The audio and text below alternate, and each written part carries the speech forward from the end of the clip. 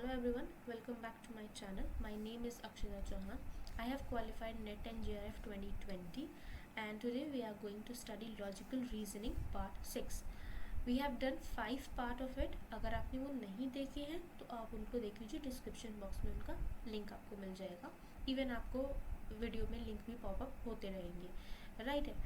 और आप वो पहले वो पार्ट देख लीजिए ताकि ये वाला पार्ट आपको ज़्यादा अच्छे से समझ में आए, क्योंकि अब हम थोड़े से प्रैक्टिकल क्वेश्चन समझेंगे और उसके लिए आपको थोड़ा थ्योरी पढ़ना पड़ेगा.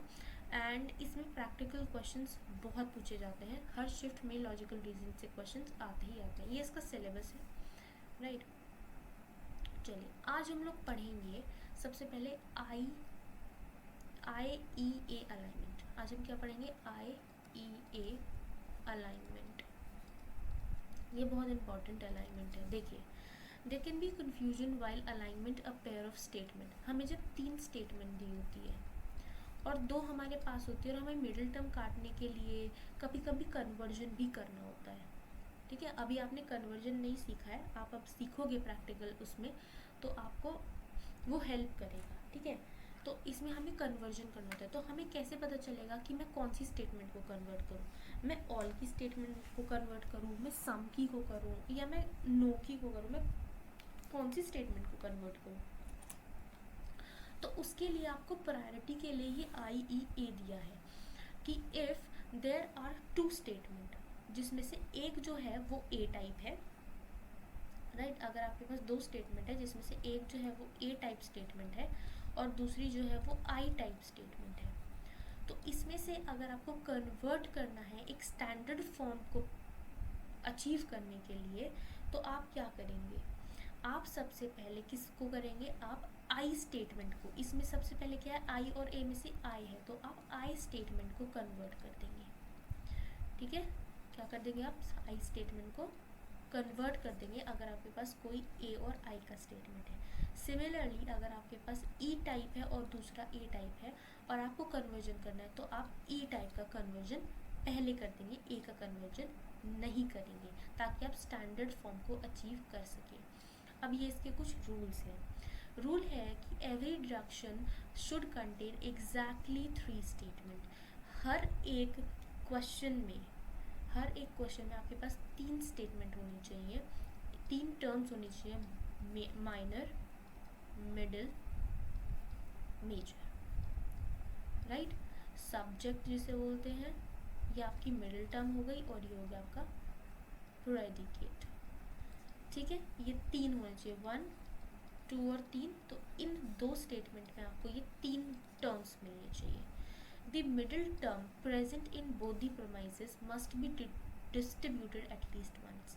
मैंने ये आपको लास्ट जो लेक्चर दिया उसमें बताया है कि अगर आपका जो मिडिल टर्म है वो है, तो उसमें एक कोई भी डिस्ट्रीब्यूटेड होना चाहिए. एक तो डिस्ट्रीब्यूटेड, दोनों भी चलेंगे लेकिन दोनों अनडिस्ट्रीब्यूटेड नहीं चलेंगे मिडिल टर्म को कट करने के लिए.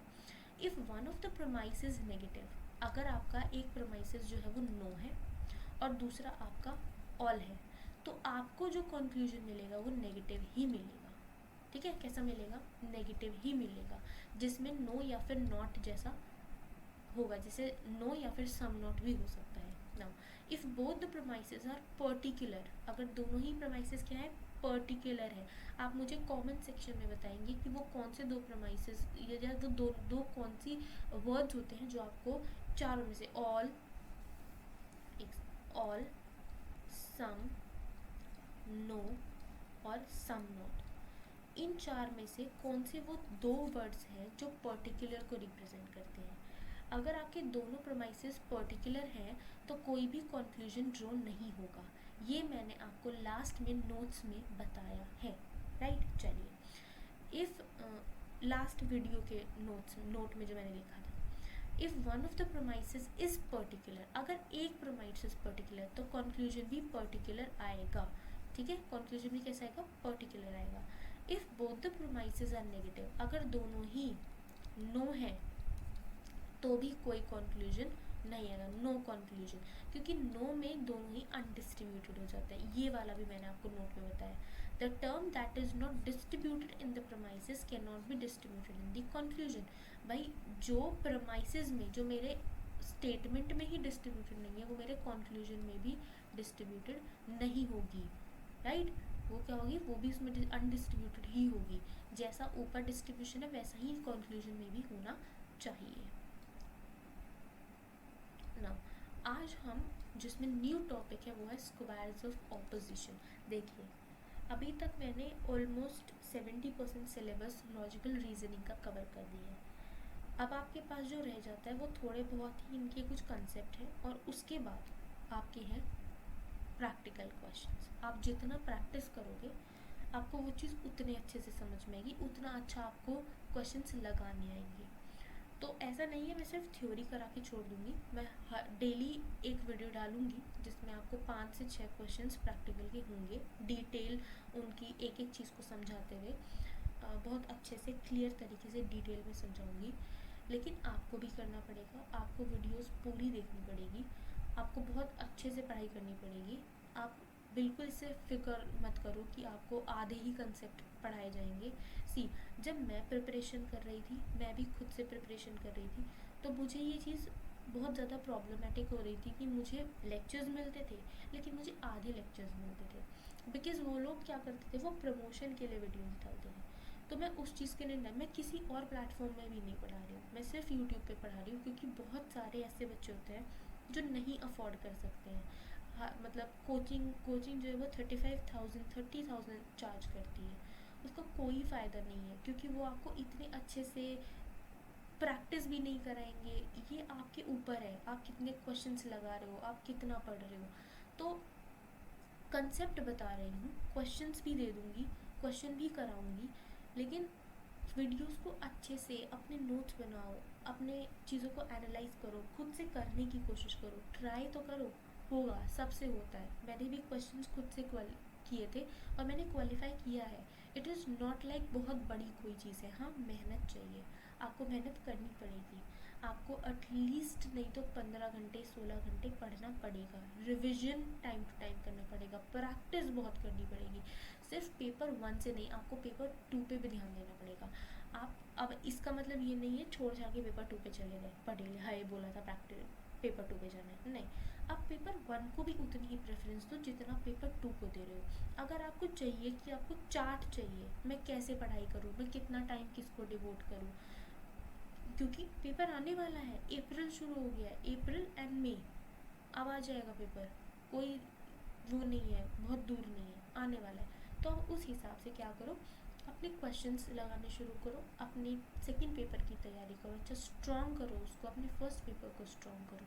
देखो लॉजिक, कुछ लेक्चर्स, कुछ चीज़ें होती हैं जो आती हैं, जैसे कि टीचिंग एप्टीट्यूड आएंगे 5 क्वेश्चंस पक्का आएंगे, ठीक है। रिसर्च बिल्कुल आएंगे 5 क्वेश्चन, DI बिल्कुल आएंगे, मैथमेटिकल रीजनिंग 4 तो आएंगे ही आएंगे, लॉजिकल रीजनिंग से क्वेश्चन आ रहे हैं, इंडियन लॉजी से क्वेश्चन आ रहा है, 2-3 क्वेश्चन इंडियन लॉजी से भी पूछ रहे हैं, अलग अलग कंसेप्ट पूछ रहे हैं, इंडियन लॉजी को डीप करके पूछ रहे हैं। तो आप उसको पढ़ो, जब आपको पता है कि इससे क्वेश्चन आना है तो पढ़ो ना उस चीज़ को।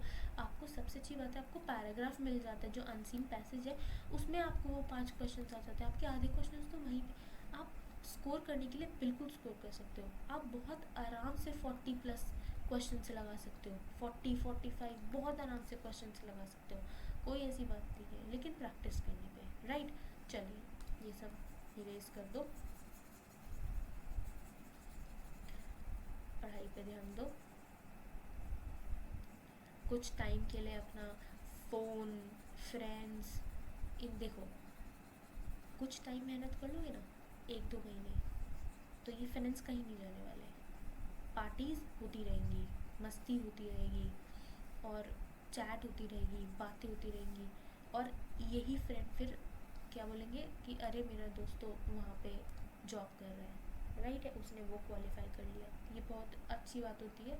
और पेरेंट्स बहुत प्राउडली बोलते हैं मेरे बच्चे ने ये कर लिया, तो वो सुन के बहुत अच्छा लगता है, राइट। चलिए नाउ स्क्वायर्स ऑफ ऑपोजिशन, ये इंपॉर्टेंट है और ये नया कंसेप्ट है। देखिए स्क्वायर्स ऑफ ऑपोजिशन भी हम AEIO के रूल से ही करेंगे,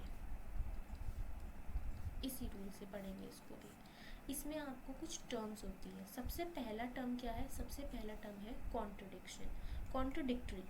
कॉन्ट्राडिक्टरी जो है, सबसे पहले तो ये ट्रू एंड फॉल्स में डील करता है, ठीक है। पूरा हम जो स्क्वायर्स ऑफ ऑपोजिशन के क्वेश्चंस लगाते हैं वो ट्रू एंड फॉल्स में लगाते हैं। तो सबसे पहला है contradictory. Contradictory opposition is the relationship between two preposition having the same subject but differing in both quality and quantity. कैसे? देखो, ऑपोजिशन ये कहता है कि जैसे मेरा ये है, ठीक है, और मेरे को एक स्टेटमेंट दी है जिसमें ये लिखा है कि ऑल से कोई स्टेटमेंट लिखा है, जैसे ऑल PRS आर ट्रू या इज ट्रू। ऑल P ये स्टेटमेंट है कि ऑल PRS इज ट्रू, तो इसका मुझे कॉन्ट्रडिक्टरी बताना है, ठीक है।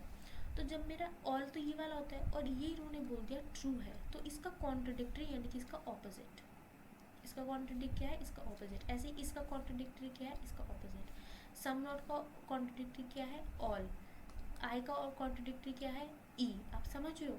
तो अगर किसी ने ये बोला कि ये ट्रू है तो इसके सामने वाला फॉल्स होगा। अगर किसी ने बोला ये फॉल्स है तो इसके सामने वाला ट्रू होगा। और आपको मैंने क्वांटिटी और क्वालिटी ये दोनों चीज़ पढ़ाई थी, राइट। क्वांटिटी और क्वालिटी दोनों पढ़ाई थी, जिसमें मैंने बोला था कि जब हम यूनिवर्सल और पर्टिकुलर की बात करते हैं तो वो हमारा क्वांटिटी में आ जाता है, और जब हम नेगेटिव और पॉजिटिव की बात करते हैं तो वो हमारी क्वालिटी को बताता है। तो इसमें अगर आप ध्यान से देखो, ये क्या है, ये ऑल है जो यूनिवर्सल पॉजिटिव है, और ये क्या है, सम नॉट है जो क्या है, पर्टिकुलर नेगेटिव है। तो आप देख लो, यूनिवर्सल और पर्टिकुलर, पॉजिटिव और नेगेटिव, यानी कि इसमें क्वांटिटी प्लस क्वालिटी दोनों ही क्या है, डिफरेंट है, दोनों ही डिफरेंट है। तो इन दोनों का क्वांटिटी क्वालिटी या इन दोनों का क्वांटिटी क्वालिटी डिफरेंस होगा, डिफरेंट होगा। ये होता है कॉन्ट्राडिक्टरी, जो एक दूसरे के ऑपोजिट में होते हैं, राइट। चलिए, ये मैंने यही समझा दिया, मैंने इसके लिए निकाला था।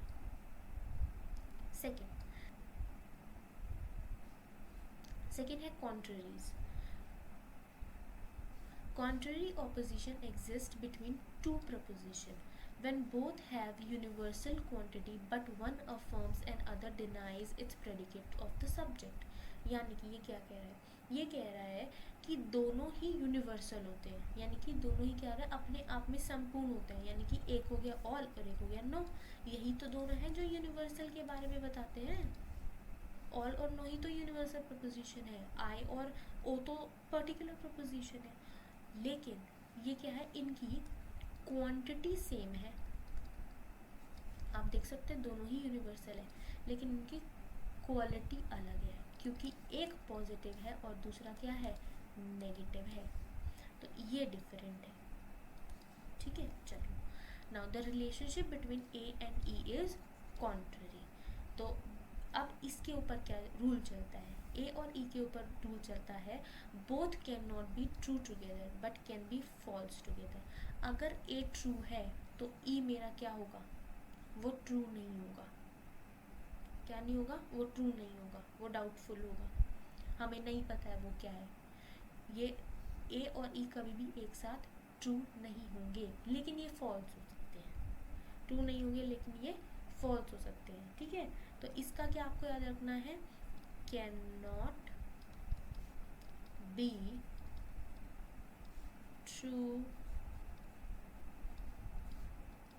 टुगेदर। चलिए, कॉन्ट्ररी आपको समझ में आ गया। अब हम चलते हैं सब कॉन्ट्ररी। हमने कॉन्ट्ररी में हमने ऊपर जो पढ़ा था वो था ए और ई का, सब कॉन्ट्ररी आ जाता है आई और ओ का।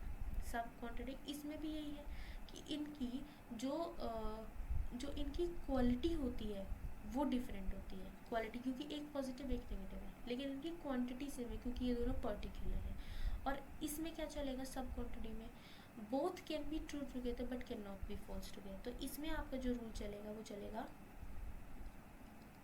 Can not be false together. जो आपका कॉन्ट्ररी था उसमें रूल क्या था can not be true together, और इसमें क्या है, can not be false together. ठीक है, चलिए सब ऑल्टर्न, अब इसमें दो है, एक है सब ऑल्टरनेशन, एक है सुपर ऑल्टरनेशन। जब हम बात करते हैं यूनिवर्सल की, यानी कि ए और ई की, अगर हम किसकी बात कर रहे हैं, यूनिवर्सल प्रपोजिशन की बात करें, तो उन्हें हम बोलते हैं सुपर ऑल्टर्न। लेकिन जब हम पर्टिकुलर की बात कर रहे हैं, यानी कि आई और ओ की, तो उन्हें हम क्या बोलते हैं, सब ऑल्टर्न। और इसका क्या है, इसमें ये है सब order is the relationship between two preposition having the same subject predicate but differ in quantity only. तो इनका सिर्फ क्वांटिटी, यानी कि यूनिवर्सल और पर्टिकुलर का जो लेन देन होता है वो अलग होता है, और ये इस तरीके से काम करता है, ऊपर नीचे। ये कहता है truth downward but false upward, यानी कि अगर मेरा ए ट्रू है तो मेरा आई भी ट्रू होगा। क्यों, ट्रूथ डाउनवर्ड, नीचे की तरफ डाउनवर्ड होगा, और अगर मेरा ये फॉल्स है तो ये मेरा फॉल्स होगा, फॉल्स अपवर्ड, इस तरीके से फॉल्स है, ट्रूथ डाउनवर्ड फॉल्स अपवर्ड। लेकिन अगर मेरा ये ट्रू है, ठीक है, अभी इस चीज़ को नहीं तो, और अगर मेरे को ए निकालना है, तो क्या ये बोला है कि ट्रूथ अपवर्ड, नहीं, तो ये मेरा डाउटफुल हो जाएगा। सिर्फ उसी तरीके से काम कर रहा है जिस तरीके से बोला हुआ है, अपने हिसाब से नहीं कि अजीत ऊपर वाला नीचे से ट्रू हो रहा था तो नीचे वाला भी ऊपर से ट्रू होएगा, क्यों नहीं होएगा, हम करके दिखाएंगे, हम करके दिखाएंगे, नेगेटिव मार्क्स लेके दिखाएंगे। नहीं जी, ऐसे नहीं होता, जितना बोला है उतना करना है। ट्रूथ डाउनवर्ड, अगर ऑल दिया है आपको ट्रू, तो ही आप आई को क्या कर पाओगे, तो ही आप सम को ट्रू कर पाओगे। अगर आपको सम ट्रू दिया है तो आपको ऑल डाउटफुल लगाना पड़ेगा। ऐसे ही इसमें क्या है, फॉल्स अपवर्ड, अगर आपको ओ दिया है फॉल्स, तो ही आप ई को फॉल्स कर पाओगे। अगर आपको ई फॉल्स दिया है तो आप अपना दिमाग लगा के फॉल्स डाउनवर्ड नहीं कर सकते, ओ को आपको ट्रू फॉल्स नहीं लगा सकते या ट्रू नहीं लगा सकते, आप उसको लिखोगे जी डाउटफुल, हमको नहीं पता, आपने बताया नहीं, हमको पता ही नहीं। इसमें जितना बोला उतना ही याद रखना है। अब ये एक क्वेश्चन है, which of the following proposition is contrary to the poet or dreamer. सबसे पहले हमने क्या देखा जी, इन्होंने कॉन्ट्ररी पूछा। कॉन्ट्ररी कौन सा होता है जी, सेकंड वाला। और एक बार चलते हैं उसमें, मेरा कॉन्ट्ररी, कॉन्ट्ररी किसके बीच में था, यूनिवर्सल प्रपोजिशन के बीच में था, ए और ई के बीच में। ठीक है, क्वेश्चन पे आ जाते हैं, ए और ई के बीच में था। अब मुझे ए स्टेटमेंट दी हुई है कि ए दी है, मुझे ई निकालनी है ना। अब इसमें ये पूछ रहा है कि इसका क्वांटिटी कौन सा होगा। जब ऑल दिया है तो मेरा जो क्वांटिटी होगा वो नो ही तो होगा, तो जी नो वाला ढूंढो, नो पोएट आर ड्रीमर, ये हो गया इसका आंसर। ठीक है, चलिए थैंक यू सो मच। वैसे अगर आपको क्वेश्चन समझ में आ गया है, आपको ट्रिक समझ में आ गई है, ठीक है, वो एक ट्रिक था कि क्वांटिटी, अब आप चाहो तो उसको पूरा सॉल्व कर सकते हो ए आई ओ लगा के, लेकिन फ़ायदा नहीं है जब मेरे पास ट्रिक है तो, है ना। चलिए, अगर आपको वो समझ में आया है तो मैं दोबारा और क्वेश्चन लेके आऊँगी, इसके ऊपर और ज़्यादा क्वेश्चन, कंसेप्ट भी पढ़ेंगे, थोड़े कंसेप्ट 2 क्वेश्चन, थोड़े कंसेप्ट 3 क्वेश्चन करेंगे, हमारा हो जाएगा। ठीक है, चलिए, अगर आपको वीडियो अच्छी लगी इसको लाइक शेयर एंड सब्सक्राइब करें, अपने फ्रेंड्स के साथ शेयर करें, टेलीग्राम ग्रुप को बिल्कुल अच्छे से जा कर के चैनल को ज्वाइन कर लीजिए, वहाँ पर आपको सारी PDF मिलेगी, सारे नोट्स मिलेंगे और बिल्कुल फ्री ऑफ कॉस्ट मिलेंगे। आप बोलोगे मैं आपको प्रीवियस ईयर क्वेश्चंस भी प्रोवाइड करूँगी, अगर आपको चाहिए, आपको सेक्शनल वाइज चाहिए सेक्शनल वाइज मिल जाएंगे, अगर आपको ईयर वाइज चाहिए आपको ईयर वाइज मिल जाएंगे। ठीक है, चलिए, थैंक यू सो मच और ऑल द बेस्ट।